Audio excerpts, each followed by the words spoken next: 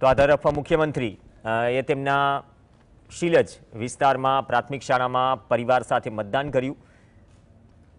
તેમને મતાધિકારનો ઉપયોગ કરી લોકશાહીમાં તમામને ભાગ લેવા અપીલ કરી। મતદાન કેન્દ્ર પર સુરક્ષા વ્યવસ્થા પ્રોટોકોલ મુજબ જોવા મળી અને શાંતિપૂર્ણ રીતે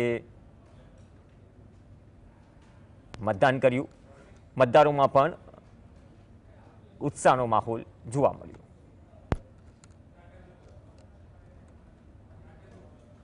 હક અને ફરજ બંને સાથે નિભાવવાનો આ એક અમૂલ્ય અવસર છે અને દરેક જણ મતદાન કરી અને ભારતીય જનતા પાર્ટીના દરેકે દરેક ઉમેદવારને વિજય બનાવે એવી હું અપીલ કરું છું। ગરમી પણ છે, સાથે સાથે રજાનો દિવસ છે, બંને સાથે છે એટલે થોડુંક હોય, પણ મને લાગે છે ત્યાં સુધી બધા હવે શરૂ થશે વોટિંગ।